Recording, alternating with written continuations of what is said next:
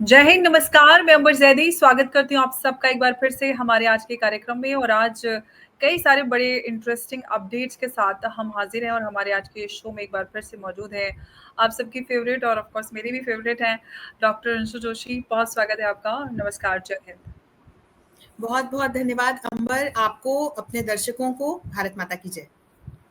भारत माता की जय। अंशु जी, हम सब जानते हैं कि ऑयल को लेकर पूरी दुनिया में खलबली मची हुई है। डोनाल्ड ट्रंप ने भारत पर रशियन ऑयल खरीदने के लिए सैंक्शंस लगाए और फिर सेकेंडरी सैंक्शंस भी लगाए और अब इस सब को लेकर कुछ-कुछ चीज़ें हमें बदलती हुई नज़र आ रही हैं क्योंकि भारत जो है कहीं न कहीं अपने सोर्सेज़ को डाइवर्सिफ़ाई कर रहा है और रशिया को भी अगर हम देखें तो रशिया की जो रिफाइनरी है वो यूक्रेन ने जो डैमेज की है उसको रिपेयर करने में लगा हुआ है। उसके साथ-साथ जो यूएस एनर्जी सेक्रेटरी है उन्होंने भारत को लेकर कहा है कि हम भारत से और एनर्जी ट्रेड बढ़ाने की उम्मीद रख रहे हैं। पीयूष गोयल जी भी ये कह रहे हैं कि हम हाँ, विचार कर रहे हैं यूएस के साथ और ऑयल हम उससे खरीदें।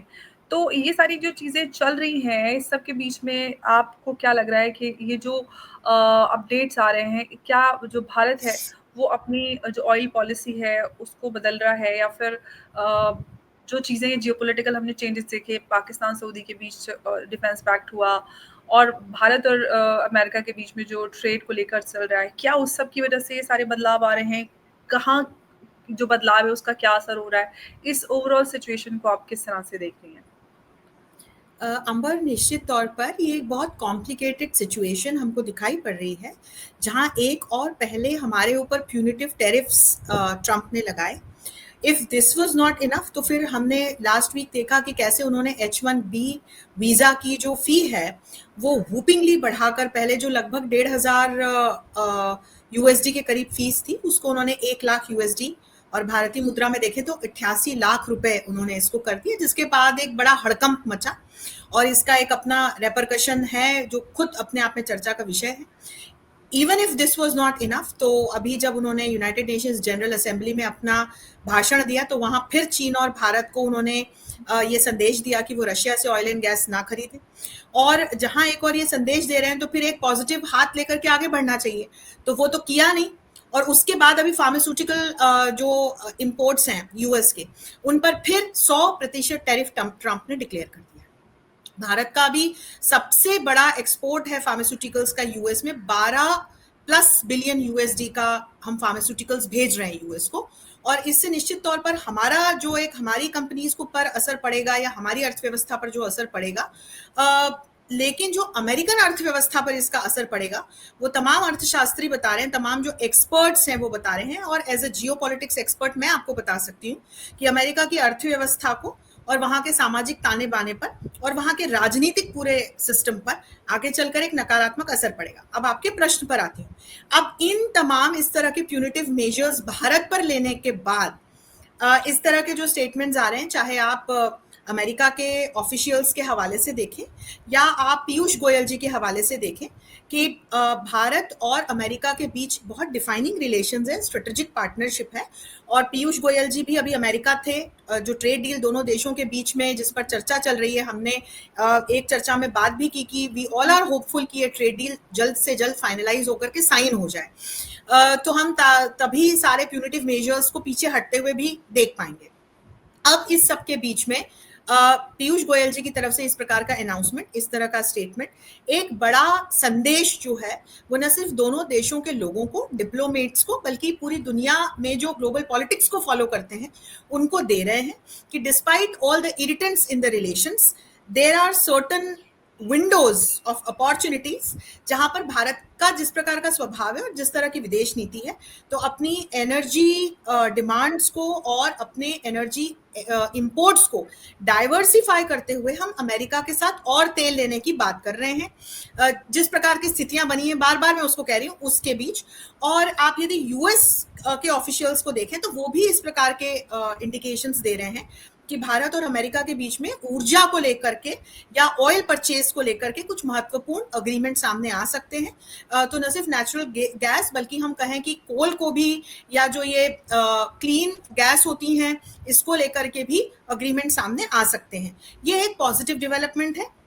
लेकिन मैं आपको एक चीज बताऊं अंबर, कि रशिया से अभी जो हम क्रूड ऑयल ले रहे हैं, मैं सिर्फ क्रूड ऑयल की बात कर रही हूँ, तो सबसे बड़ा इंपोर्ट यदि हम देखें परसेंटेज वाइज तो हमारा रशिया से है, जो कि टोटल हमारा जो इंपोर्ट है उसका 38% है, और हमारा हर दिन 2 मिलियन बैरल्स जो है वो हम क्रूड ऑयल रशिया से ले रहे हैं। यदि हम अमेरिका से ये क्वांटिटी में देखें तो ये 0.2 मिलियन बैरल की क्वांटिटी है, और फिर हम अमेरिका से हमको जो ऑयल एंड गैस प्रोडक्ट्स मिल रहे हैं उसकी कीमत भी रशियन कीमतों के मुकाबले काफी ज्यादा है।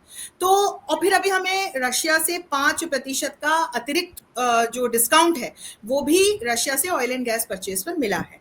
लेकिन रशिया में भी स्थितियां थोड़ी खराब हुई हैं। हमने देखा कि कैसे वहां की जो ऑयल रिफाइनरीज हैं उन पर ड्रोन अटैक हुए, तो इसके बाद वहां पर भी जो स्थितियां हैं थोड़ी इस प्रकार की हुई हैं कि रशिया ने फ्यूल एक्सपोर्ट्स को लेकर के एक सिलेक्टिव बैन की बात की है, पर ये पार्शियल बैन है अंबर। और इसमें जो ये न्यूज है इनमें कहीं ना कहीं ये भी लिखा हुआ है कि रशिया के पास स्टॉक पाइल्स हैं। तो वो देश जो ऑयल एंड गैस का सप्लाई रशिया से ले रहे हैं, विशेषकर भारत जैसे देश जो रशिया के हर थिक एंड थिन में रशिया के साथ खड़े रहे हैं, तो मुझे नहीं लगता कि हमारे इंपोर्ट्स पे कोई बहुत बड़ा फर्क या कोई बैन हमारे ऊपर लगने जा रहा है। ये निश्चित तौर पर अगर कट होगी भी सप्लाई तो पहले उन देशों को कट होगी जो नाटो से जुड़े हुए या प्रो नाटो या प्रो यूएस जो देश हैं। तो मुझे लगता है जब रशिया अपनी पॉलिसी वाइज डिसाइड करेगा कि कहाँ, क्योंकि उसने पार्शियल बैन लगाया, तो कहां पर वो कट करेगा, तो ये भी एक सोचने वाली बात होगी। लेकिन फिलहाल निश्चित तौर पर जिस प्रकार की स्थितियां हैं, भारत लगातार अपनी जो ऊर्जा की आवश्यकताएं हैं, जो इंपोर्ट हम करते हैं उसको हम डाइवर्सिफाई करने में लगे हुए हैं। हमने पहले भी घोषणा की थी कि हम रशिया के अलावा वेनेजुएला को भी एक बहुत महत्वपूर्ण अपने एनर्जी प्रोवाइडर के रूप में देखते हैं, और हमने अमेरिका को भी इस बात को रखा है कि ईरान और वेनेजुएला से ऑयल सप्लाई पर अमेरिका भी गौर कर सकता है। बिल्कुल, लेकिन अंशु जी जो सबसे बड़ा इसमें पॉइंट है वो ये कि एक तरफ यूएस एनर्जी सेक्रेटरी बोलते हैं कि हम भारत से और एनर्जी ट्रेड बढ़ाने की उम्मीद करते हैं। पीयूष गोयल जी की तरफ से भी संकेत है कि हम और ज़्यादा तेल खरीद सकते हैं। लेकिन जिस तरह की सिचुएशन अभी भारत और अमेरिका के बीच बनी हुई है, इस सब से क्या ये मैसेज नहीं जाएगा कि भारत कहीं न कहीं अमेरिका के प्रेशर में आके अमेरिका से ऑयल खरीद रहा है? और वो डोनाल्ड ट्रंप को ये भी कहने के लिए मिल जाएगा अपने मागा सपोर्टर्स को कि देखिए मैंने भारत को चुका दिया और अब वो हमसे तेल खरीद रहे हैं एंड एवरीथिंग। अमर, जब हम वैश्विक राजनीति की बात करते हैं तो हमेशा एक प्रैग्मेटिक पॉइंट ऑफ व्यू से और डायनामिक पॉइंट ऑफ व्यू से अपने आसपास की जो स्थितियां हैं उनको देखते हुए अपने राष्ट्रीय हितों को सुरक्षित रखते हुए निर्णय लेने की बात आती है। भारत वही करता है। तो यदि हम अभी बीते दिनों के डेवलपमेंट्स देखें, निश्चित तौर पर रिश्ते बहुत खराब हुए दोनों देशों के बीच में, लेकिन ये भारत ही था जिसने एक विंडो ऑफ अपॉर्चुनिटी दोनों देशों के बीच संबंधों की खुली रखी। ट्रेड डील को लेकर के हमने वहां के ऑफिशियल्स का भी वेलकम किया। अभी यूएस के ऑफिशियल्स भारत में थे, ट्रेड डील पर 6th राउंड की जो बातचीत को लेकर के एक बात बनी थी, और हमारे ऑफिशियल्स भी, पीयूष गोयल जी ने भी अभी अमेरिका की यात्रा की। भारत न किसी के दबाव में झुकता है अंबर, न किसी के दबाव में आता है। लगातार भारत पर यह दबाव बनाया गया ट्रंप के हवाले से कि उन्होंने भारत और पाकिस्तान के बीच सीज फायर कराया है। भारत लगातार इस बात को ऑफिशियली और कूटनीतिक संदेशों के माध्यम से नकारता रहा है, और यही मुझे लगता है कि ट्रंप की जो सबसे बड़ी एक चिढ़ है भारत के प्रति उसका कारण है। अभी जब यूनाइटेड नेशंस की जनरल असेंबली में ट्रंप ने अपना भाषण दिया तो उसमें उन्होंने क्या महत्वपूर्ण बातें की। उन्होंने सबसे पहला जो दावा ठोका वो ये कि उन्होंने विश्व में 7 युद्धों का अंत करवाया है, जिसमें से एक भारत और पाकिस्तान के बीच का युद्ध था। तो पहले तो वो टेक्निकली समझे कि भारत और पाकिस्तान के बीच कोई डिक्लेयर्ड वॉर नहीं हुआ था। जब भारत के पहलगाम पर पाकिस्तान के द्वारा दुर्दांत आतंकवादी हमला कराया गया जिसमें लगभग 2 दर्जन हमारे सिविलियंस की जान गई, तो इसके बाद पाकिस्तान के 13 आतंकवादी ठिकानों को नेस्तनाबूद करने के लिए हमने एक बहुत वेल कैलकुलेटेड, बहुत प्रिसाइज और बहुत टाइमली ऑपरेशन सिंदूर किया, उसको हमने अंजाम दिया। इसके बाद जब पाकिस्तान ने हमारे ऊपर रिटेलिएट किया तो हमने उसका एक मुंहतोड़ जवाब दिया। लेकिन फिर जब वहीं से इस बात का अनुरोध आया, पाकिस्तान से इस बात का अनुरोध आया कि आप अब इसको रोक दीजिए, तो हमने उसको रोक दिया। और इसको लेकर के कितनी प्रेस कॉन्फ्रेंसेज हुई अंबर, इसमें कहीं अमेरिका का रोल नहीं है। इस बात को बार बार क्लैरिफाई किया गया कि 22 अप्रैल से लेकर 7 मई तक ट्रंप की हमारे माननीय प्रधानमंत्री के साथ किसी प्रकार की कोई बात नहीं हुई है। आपको और दर्शकों को एक और महत्वपूर्ण बात बताना चाहती हूँ, सीज फायर युद्ध में होता है, या ट्रूस या युद्ध शांति युद्ध की होती है। हमने कभी इसे सीज फायर नहीं कहा है, हमने इसको डिसएंगेजमेंट कहा है। जब हमने ऑफिशियली घोषणा की थी तब हमने डिसएंगेजमेंट की घोषणा की थी और हमने किसी थर्ड पार्टी की मध्यस्थता नहीं स्वीकारी। इस बात को यदि भारत के लोग या कहीं और के लोग या ट्रंप भारत के हवाले से नहीं मानना चाहते हैं तो कम से कम पाकिस्तान के जो विदेश मंत्री हैं, इनफैक्ट एग्जैक्टली मैं ये बोलने वाली थी कि शाकडार ने ये बात कही शाकडार कि ने इस बात को बोला, भारत ने किसी भी थर्ड पार्टी इंटरवेंशन को मना किया, इनकार मना कर किया। दिया है। तो हम किसी के दबाव में ट्रंप की इस जो बेबुनियाद उनका जो ये एक उन्होंने क्रेडिट लेने की कोशिश की, इसमें नहीं आए। उन्होंने कहा आप रशिया से ऑयल एंड गैस लेना बंद कर दो, हम उस दबाव में नहीं आए। उन्होंने हमसे कहा कि आप ब्रिक्स को या एससीओ को सपोर्ट मत करो, हम उस दबाव में नहीं आए। उन्होंने कहा कि ट्रेड डील में आप हमारे लिए एग्रीकल्चरल और डेयरी प्रोडक्ट्स वाला जो मार्केट है उसको खोल दो, हम उस दबाव में नहीं आए। तो अंबर जब इसके बाद हमने सारे प्यूनिटिव मेजर्स अपने ऊपर ले लिए, स्वीकार कर लिया, हम पर अभी इतना हेफ्टी टैरिफ लगा हुआ है, H1B वीजा की इतनी वूपिंग प्राइसेस कर दी गई हैं, हमारे 71% जो लोग हैं उनको ये H1B वीजा पिछले साल मिला है, 11.7% चीनी लोगों को ये वीजा पिछले वर्ष मिला था। तो ये तमाम जो रेपरकशंस हमारे ऊपर आ रहे हैं, हम इसको बहुत सुदृढ़ता के साथ झेलते हुए और इसका समाधान निकालते हुए हम लगातार आगे बढ़ रहे हैं। तो हम क्यों किसी भी देश के दबाव में आएंगे। लेकिन जो पीयूष गोयल के हवाले से बातचीत की गई है अंबर, अभी पहले तो हम ये देखते हैं कि क्या ये एक सॉलिड शेप जो है वो अख्तियार करती है। अभी तो हम ये देखें क्योंकि किस कीमत पर कितना, किस प्रकार का क्या प्रोडक्ट हम लेने जा रहे हैं और इसका दोनों देशों की ट्रेड डील से संबंध हो सकता है। तो आगे चल करके ये हम देखेंगे, मेरे ख्याल से 2 या 4 दिन में या 1 हफ्ते में ये भी स्थिति स्पष्ट हो जाएगी। लेकिन इससे चीजें उल्टी नहीं हो जाएंगी। हमारा जो सबसे बड़ा ऑयल एंड गैस का हमारा प्रोवाइडर है वो रशिया है, तो हम रशिया को किनारे करके और उसकी जगह तो अमेरिका को नहीं बैठा सकते। ये चीज तो अमेरिका भी बहुत अच्छे से समझता है और यहाँ हमारा भी राष्ट्रीय हित जुड़ा हुआ है क्योंकि जिस तरह की कीमतों पर हमको ये तमाम ऑयल एंड गैस प्रोडक्ट्स जो हैं वो रशिया से मिल रहे हैं। तो इस चीज को हमने टाइम एंड अगेन कहा है कि रशिया से किसी प्रकार का ऑयल एंड गैस इंपोर्ट हम बंद नहीं करेंगे, वो हम अभी भी नहीं करेंगे। तो हम कहाँ दब रहे हैं, हम कहाँ झुक रहे हैं। हमारे सामने एक प्रस्ताव रखा गया है, हम उस पर चर्चा कर रहे हैं और फिर हमारे जो मिनिस्टर ऑफ कॉमर्स है वो इस पर एक स्टेटमेंट दे रहे हैं कि हाँ भाई आगे हम यूएस से भी इस प्रकार का परचेज कर सकते हैं। तो लेट अस सी कि हाउ थिंग्स अनफोल्ड। ये तो भारत पहले से ही कह रहा है कि अगर आप हमको सस्ता तेल देंगे तो हम आपसे खरीद लेंगे, आप दे दो तेल हमें। तो ये तो खुला ऑफर पहले भी था क्योंकि हमें जरूरत है, हमारे कंजम्पशन है, तो आप तेल बेचते हैं, हमें चाहिए, आप दे दो सस्ता, तो हम ले लेंगे, आपसे भी ले लेंगे। बिल्कुल। अब सवाल ये है कि जिस आपने प्यूनिटिव मेजर्स की बात की और जिस तरह से खासतौर से भारत का रिएक्शन रहा, वो भी अपने आप में एक ऐतिहासिक है। इस तरह से शायद ही इतिहास में किसी ने यूएस प्रेसिडेंट को इस तरह की पॉलिसी अपनाकर ऐसा जवाब दिया हो कि उनका हर पैंतरा, हर हरबा नाकाम हुआ है भारत के ऊपर। प्रधानमंत्री मोदी की अगर पॉलिसी को कहें तो अपने आप में बहुत ज्यादा सराहनीय है। कहीं ना कहीं ट्रंप को एकदम तड़पा दिया है मोदी जी ने। ओवरऑल इस पूरी पॉलिसी को कैसे आप देख रहे हैं एक जियोपॉलिटिकल एक्सपर्ट होने के नाते? अंबर, मुझे बहुत गर्व होता है कि मैं भारतीय हूँ। जिस तरह से हेड ऑन हमने अमेरिका की बुलिंग को लिया, ट्रंप की बुलिंग को लिया, मैं इसको बिल्कुल बुलिंग कहूंगी, और हमने इसका मुंह तोड़ जवाब दिया है। हम, जैसे मैंने चर्चा में बात रखी कि हम ट्रंप के किसी दबाव में, किसी धमकी में नहीं आए। हमारे माननीय प्रधानमंत्री ने बढ़िया एससीओ में जाकर शिरकत की, वहां पर भी अपना परचम फहराया कि वहां का जो जॉइंट डिक्लेरेशन आया उसमें आतंकवाद को कंडेम किया गया और ग्लोबल रिफॉर्म्स की बात सेकंड क्लॉज में की गई। ये अपने आप में एक बहुत महत्वपूर्ण भारत की कूटनीतिक विजय रही। और चीन जैसे देश के साथ हमने कहा टेरिटोरियल डिस्प्यूट सुलझाने पर बात होगी, लेकिन अभी जो जैसे कैलाश मानसरोवर यात्रा को फिर से शुरू होते हुए देखना सुखद है कि उड़ानें दोनों देशों के बीच में शुरू हुई। तो ये सारे जो डेवलपमेंट्स पॉजिटिवली हुए, ये देखना सुखद है। और वहीं जापान के साथ भी जिस तरह से मैत्री आगे का एक नया चैप्टर खुल रहा है, जिस तरह से जापान ने हमारे यहाँ पर निवेश इंट्रोड्यूस किया, डिक्लेयर किया, ये भी अपने आप में एक बहुत पॉजिटिव डेवलपमेंट हुआ। जर्मनी के विदेश मंत्री आए, वो हमारी सराहना करके गए। उन्होंने कहा कि हमारे लिए एशिया का मतलब भारत है। ये अपने आप में बहुत बड़ा स्टेटमेंट है हम पर कूटनीतिक दृष्टि से। और वहीं यदि आप अमेरिका की ओर जाके देखें, मेरा जो इस हफ्ते का कॉलम है मैंने उसको टाइटल दिया है ट्रम्प एट हाराकिरी। हाराकिरी एक जापानीज सुसाइडल टेक्निक है, दर्शक और आप सभी जानते होंगे इसको।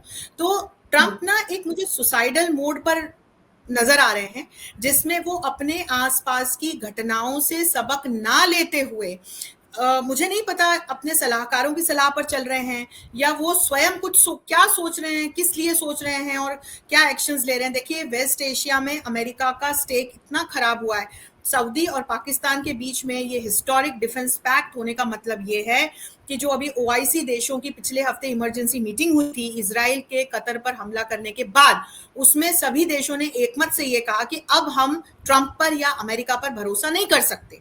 तो अभी तक अंबर जो ये तमाम देश अमेरिका के सिक्योरिटी अम्ब्रेला पर भरोसा करते थे, ये उससे बाहर आ गए। सऊदी क्या कह रहा है कि अगर हमें न्यूक्लियर पावर की जरूरत पड़ी तो हम पाकिस्तान से ले सकते हैं।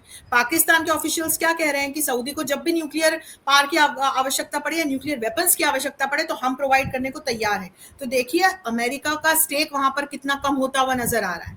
आप एशिया में तो आपकी बात कट रही है, लेकिन पाकिस्तान के पास कौन सी इतनी बड़ी न्यूक्लियर ताकत है कि पूरी मिडिल ईस्ट को सिक्योरिटी अम्ब्रेला प्रोवाइड कर सकते हैं। और दूसरी बात ये कि अमेरिका, क्योंकि उम्मीद ये की जा रही है और बहुत सारे एक्सपर्ट ये दावा कर रहे हैं कि सऊदी पहला है, इसके बाद और भी मिडिल ईस्टर्न या वेस्ट एशियन कंट्रीज हैं जो पाकिस्तान के साथ इस तरह का पैक्ट कर सकते हैं।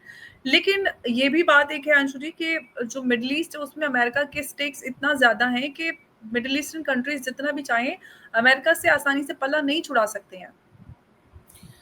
पल्ला किस क्षेत्र में छुड़ा सकते हैं और किस क्षेत्र में नहीं छुड़ा सकते हैं की भी बात है, हम इस चीज को भी समझें। अमेरिका की बेसिस हैं पूरे वेस्ट एशिया में, और मैं इसको वेस्ट एशिया इसलिए कहती हूँ क्योंकि मैं भारतीय स्कॉलर हूँ, तो मेरे लिए वो वेस्ट एशिया है, नहीं तो दर्शक कंफ्यूज हो जाएंगे। तो हम यदि दुनिया के नक्शे पर भारत से देखते हैं तो हमको वो वेस्ट एशिया नजर आता है। तो बहरहाल देखिए, पाकिस्तान और सऊदी का पैक्ट अपने आप में एक सिंबॉलिक नया डेवलपमेंट है पूरी जियो पॉलिटिक्स में, जिस तरह से चीजें बदल रही हैं उसको लेकर के। और हमने इस पर चर्चा भी की थी अंबर की पाकिस्तान सीधे सीधे टेररिज्म को स्पॉन्सर करने वाला देश है। तो जब सऊदी जैसे देश के साथ में एक डिफेंस पैक्ट साइन करता है तो न सिर्फ भारत या वो तमाम देश जो कि पाकिस्तान की टेररिस्ट गतिविधियों का विरोध करते हैं, न सिर्फ वहां उनके लिए एक चुनौती उत्पन्न होती है, अमेरिका के जिस तरह के स्टेक्स वेस्ट एशिया में इन्वॉल्व हैं, तो from securities point of view, from strategic point of view, America के लिए भी एक चैलेंजिंग सिचुएशन उत्पन्न होती है, क्योंकि पाकिस्तान समय पड़ने पर ईरान और चीन के साथ ही खड़ा होगा अंबर, वो जाकर अमेरिका के साथ नहीं खड़ा होगा। मुनीर जाकर कितने भी लंचेस जाके अमेरिका में कर लें, पर वो नेचुरल अलाय ईरान के हैं। लेकिन अगर वो सऊदी में अपने 30,000 ट्रूप्स भेजेंगे यमन बॉर्डर पर हुती से लड़ने के लिए, तो फिर वो किस मुंह से ईरान के पास जाएगा? देखिए, पाकिस्तान इस वक्त जिस तरह से अपने डिप्लोमेटिक तमाम टूल्स को या स्ट्रेटजीज का इस्तेमाल कर रहा है, तो वो पूरा अपने आप में पैराडॉक्स है।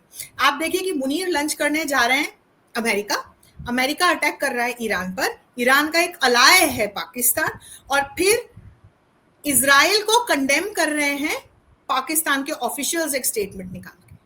अपने आप में कितनी कॉम्प्लेक्स और ऑक्सीमोरॉनिक सिचुएशन है कि मुनीर जो अमेरिका में बैठे हैं, वहां पाकिस्तान की सरकार एक स्टेटमेंट निकाल के इजराइल को कंडेम कर रही है। इजराइल को कंडेम करने का मतलब है कि वो यूएस को कंडेम कर रही है, और उनका जो आर्मी चीफ है वो जाकर लंच खा रहा है अमेरिका में। तो पाकिस्तान अभी अपनी तरफ से यही प्रयास कर रहा है कि एक फेल्ड स्टेट है, वहां पर जिस तरह की एनार्किकल स्टेट बनी हुई है, पैसा उसके पास है नहीं, पूरा चीन ने जितना जो लगाना था वो लगा दिया, अब तो चीन भी वहां इन्वेस्ट करने को तैयार नहीं है। तो जिस तरह की स्थिति में पाकिस्तान फंसा हुआ है ना अंबर, और अभी जो जियोपॉलिटिकल अचानक घटनाएं घट रही हैं, उसमें मुझे लगता है कि पाकिस्तान अपना बेनिफिट निकालना चाह रहा है, और इसीलिए दो देश आपस में वो शत्रु हों या वो मित्र हों, वो पाकिस्तान नहीं देख रहा है। पाकिस्तान जा करके अपना या तो कोई प्रोडक्ट या अपने आप को सेल करने का प्रयास कर रहा है। सऊदी के साथ ये पैक्ट करके उसने क्या सेल किया? अपनी न्यूक्लियर कैपेबिलिटीज से। At the end of the day Pakistan के पास वो कैपेबिलिटीज हैं, वो नाकाबिल हैं या उसकी कैपेबिलिटीज पे क्वेश्चन मार के, वो तो हमने ऑपरेशन सिंदूर के दौरान ही देख लिया कि पाकिस्तान की किस प्रकार की कैपेबिलिटीज है। लेकिन सऊदी जैसे देशों के लिए, कहने के लिए ही सही, उन्होंने एक ऐसे देश के साथ डिफेंस पैक्ट किया है जिसके पास न्यूक्लियर वेपन्स हैं या न्यूक्लियर कैपेबिलिटीज हैं। तो आप इसे समझिए, और इसके हवाले से फिर होता है ना कि आप अपने रीजनल जो आपकी पॉलिटिक्स है उसमें आप खेलना शुरू करते हैं। तो ये तमाम रीजन्स की जो स्थितियां हैं वो बहुत तेजी से बदल रही हैं अंबर, इनकी प्रायोरिटीज भी बदल रही हैं, इनके ग्रुपिंग्स भी बदल रहे हैं, इनके आपसी जो ट्रेड और स्ट्रेटेजिक रिलेशंस हैं। अब इस पैक्ट के बाद सऊदी अरब हमारा एक स्ट्रेटेजिक पार्टनर रहा है, लेकिन इस पैक्ट के बाद अब हम सऊदी को भी एक क्वेश्चन मार्क की नजर से देख रहे हैं। तो अब हम कह रहे हैं कि हम बिल्कुल, सऊदी कहीं न से अपना कहीं ऑयल इंपोर्ट कम करेंगे। जी बिल्कुल, ऑयल ऑयल इम्पोर्ट्स भारत ने कम कर दिया है सऊदी के साथ, और वो तो पहले से ही है, बट अभी और ऑफ कोर्स अगर इस तरह की पॉलिसी रखेगा तो सोचना पड़ेगा। लेकिन भारत और सऊदी के बीच में भी डिफेंस और मिलिट्री एक्सरसाइज़ और ये सारी चीज़ें हैं। है। तो उसको लेकर हमने पिछले एपिसोड पे भी बात कही थी कि इस पे आपको क्या लगता है कि और ज़्यादा भारत को अग्रेसिवली इसको एड्रेस करने की ज़रूरत है, जो पाकिस्तान सऊदी के बीच पैक्ट हुआ है? हालाँकि बहुत सारे लोग, इनफैक्ट पाकिस्तानी एक्सपर्ट्स भी ये कह रहे हैं कि ये सिर्फ़ और सिर्फ़ आर्मी को प्राइवेट मिलिशिया बनाकर वहाँ पर बेचा गया। वो क्योंकि सऊदी ट्रूप्स वो काम नहीं कर सकते, वो पाकिस्तानी करेंगे उनके लिए पैसे पर। उसके अलावा ये भी एक्सपर्ट्स कहते हैं कि जो न्यूक्लियर वेपन्स हैं पाकिस्तान के न्यूक्स, उसको स्पॉन्सर सऊदी ने किया था। तो इस पैक्ट के बहाने वो अपने न्यूक्स वापस ले रहा है। तो इस पैक्ट के पीछे की क्या सच्चाई है? और ये भी है कि ये सब कुछ अमेरिका के कहने पर हुआ है। तो ये जो ताने-बाने बदल रहे हैं, क्या इसका पूरा मास्टर अ, अमेरिका ही है? नहीं, मुझे ऐसा नहीं लगता अंबर, इस पर हमने पहले भी चर्चा की है। अपनी ब्रांड इमेज कमजोर करके अमेरिका ने अपनी एक हेजेमोनिक पावर की जो ब्रांड इमेज बना रखी थी, पहले ही अमेरिका, यदि हम जियोपॉलिटिक्स की परिभाषाओं के अनुसार देखें तो आज की तारीख में एक डिक्लाइनिंग पावर है। चाहे आप अमेरिका की अर्थव्यवस्था या अर्थशक्ति की ओर देखें, सैन्य शक्ति की ओर देखें, या आप एक अमेरिका को जब हम ओवरऑल पावर की डेफिनेशन के हिसाब से देखते हैं, तो पहले जो थी उसकी तुलना में अब एक डिक्लाइनिंग पावर है। विश्व में शक्ति के वैसे भी दूसरे ध्रुव जो हैं वो इमर्ज हो चुके हैं। उसमें कई जो अब ये मल्टीलेटरल प्लेटफॉर्म्स हैं, इनको भी शक्ति के ध्रुवों के रूप में देखा जाता है। और आप देखिए कि एशिया से चीन और भारत जैसी शक्तियां भी तेजी से उभर कर वैश्विक जो ऑर्डर है उसमें ऊंचे पायदान पर पहुंच चुकी है। और हमारी जो सोच है और हमारी जो राजनीति करने का तरीका है वो अलग है। हम फियर्स कंपटीशन में नहीं, हम कोलैबोरेशन में विश्वास रखते हैं। हम सस्टेनेबल डेवलपमेंट गोल्स को कंट्रीब्यूट करने में विश्वास रखते हैं। तो तमाम जो ग्लोबल साउथ के नेशन है वो भारत के साथ आज इसीलिए जुड़े हैं। तो अपने आप चुंबक की तरह जुड़कर भारत, होता ना कि एक छोटा सा हमारा क्या कहें कि एक छोटा सा हमारा मैग्नेट था, लेकिन उसमें जो दूसरे आके मैग्नेट्स जब चिपकते गए तो हमारा एक बहुत बड़ा मैग्नेट हो गया है। एक बहुत बड़ा मैग्नेटिक फील्ड हमने आज की तारीख में शक्ति का क्रिएट कर लिया है, पॉजिटिव पॉलिटिक्स करके, पॉजिटिव डिप्लोमेसी करके।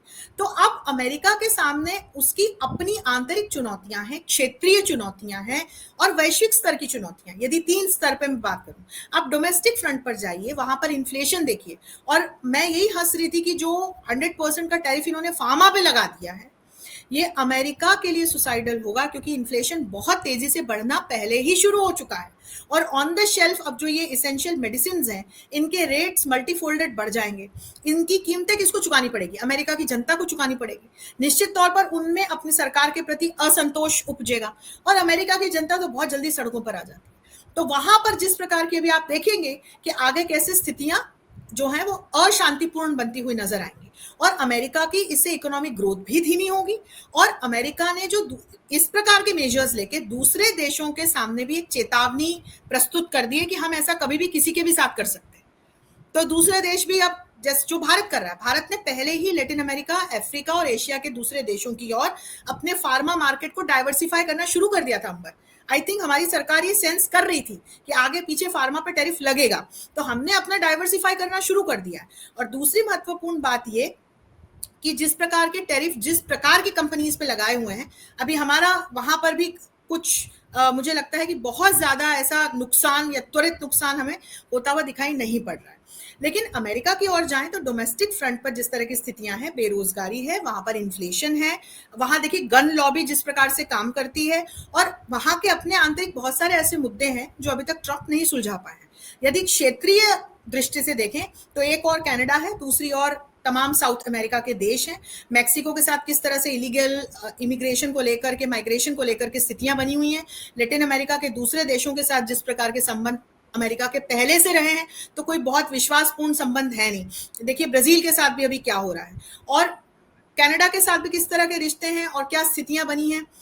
ये अपने आप में पूरा एक चर्चा का विषय है। तो क्षेत्रीय सुरक्षा की दृष्टि से भी चुनौतियां हैं, और वैश्विक स्तर पर तो अंबर बहुत सारी चुनौतियां अमेरिका के सामने हैं ही। इस समय तो ट्रंप को भारत को अपना सबसे बड़ा सहयोगी देश बनाकर के आगे बढ़ना चाहिए था, क्योंकि भारत ग्लोबल साउथ के प्रणेता के रूप में उभरा है, यदि हम पिछले 5 वर्षों में देखें तो।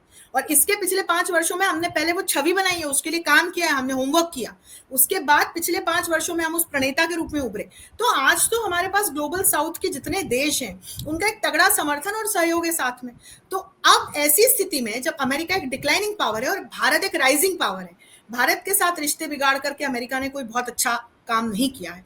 तो मैंने आज इसी टाइटल के साथ मेरा कॉलम पब्लिश हुआ है कि ट्रंप बिल्कुल एक सुसाइडल मूव पे हैं, और किसी को उन्हें समझाना चाहिए कि वो जिन सलाहकारों से सलाह ले रहे हैं वो ट्रंप को विनाश के रास्ते पर ही लेकर के जा रहे हैं।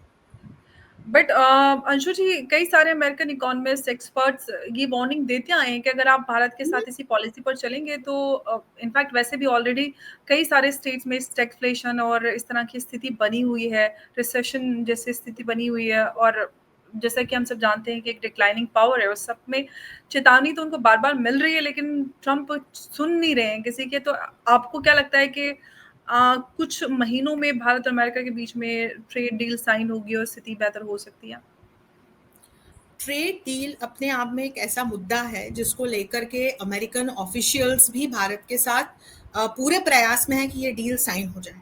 और उसी खेमे से मैं कहूंगी कि ऐसे कितने सारे अर्थशास्त्री, पूर्व जो ट्रेड एडवाइजर्स रहे हैं, अभी के ट्रेड एडवाइजर्स हैं, तो मैं अगर नाम याद करूं तो रिचर्ड वुल्फ को आप देखें, इवान फिगनबॉम को आप देखें, रिक सांचेज को आप देखें, माइकल कुगलमैन को आप देखें, ये तमाम जो एक्सपर्ट्स हैं ये लगातार ट्रंप को चेतावनी दे रहे हैं। और इन्हीं के हवाले से इस तरह के स्टेटमेंट्स मैंने पढ़े हैं।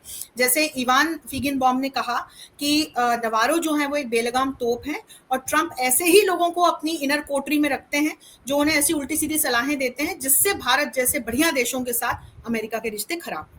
इसी तरह के स्टेटमेंट्स दूसरे अर्थशास्त्री भी वहां के देते हुए नजर आ रहे हैं। तो मुझे लगता है एक प्रेशर तो है कहीं ना कहीं कि भारत के साथ ट्रेड डील साइन होनी चाहिए, पर अब उसके साथ बहुत सारे फ्रिल्स जुड़ गए। ट्रेड डील यदि साइन हो भी जाती है अंबर, तो कूटनीतिक विजय तो नहीं कहूंगी इसको मैं, लेकिन एक कूटनीतिक उपलब्धि ये होगी कि हम ट्रेड डील साइन करने के साथ जो ये प्यूनिटिव मेजर्स हमारे ऊपर लग गए हैं, चाहे टैरिफ की बात हम करें या H1B वीजा की बात हम करें या जो अब फार्मा पे इन्होंने लगा दिया है टैरिफ, ये सारे जो है फिर रोल बैक होने चाहिए। और ट्रंप जाने जाते हैं, वो बहुत अनप्रिडिक्टेबल नेता है, वो कब अपनी कौन सी पॉलिसी रोल बैक कर दें यू नेवर नो। तो वो भी होता हुआ नजर आ सकता है। मैं आशावान हूं कि ये ट्रेड डील जो है ये साइन होगी दोनों देशों के बीच में। जी, बिल्कुल, और उम्मीद करते हैं और इस तरह के संकेत भी मिल रहे हैं कि बहुत जल्द भारत और अमेरिका के बीच में ट्रेड डील फाइनल हो सकती है, क्योंकि इसका असर डेफ़िनेटली अमेरिका पर तो पड़ ही रहा है और भारत पर भी ऑफ़ कोर्स असर आएगा, और दोनों देशों के बीच में जो साझेदारी है, उस पे भी असर ज़रूर पड़ रहा है। और जितनी ज़रूरत भारत को है अमेरिका की, उससे ज़्यादा कहीं भारत की ज़रूरत अमेरिका को है। हाँ। तो शायद ये सारी चीज़ें सोचकर भी डोनाल्ड ट्रंप शायद और ऑफ कोर्स प्रधानमंत्री मोदी तो बहुत गंभीरता से पूरे इस उसमें उनका प्रदर्शन आया है नज़र। तो देखते हैं कि कब ये मुद्दा शांत होता है और हम फाइनली किसी और मुद्दे पर चर्चा के लिए और कोई मुद्दा हमें मिले। अंशु जी, बहुत-बहुत धन्यवाद आज की इस चर्चा में जुड़ने के लिए एक बार फिर से। बहुत इंटरेस्टिंग चर्चा रही हमेशा की तरह। बहुत-बहुत धन्यवाद। नमस्कार, जय हिंद, जय भारत। बहुत बहुत धन्यवाद अंबर। भारत माता की जय। भारत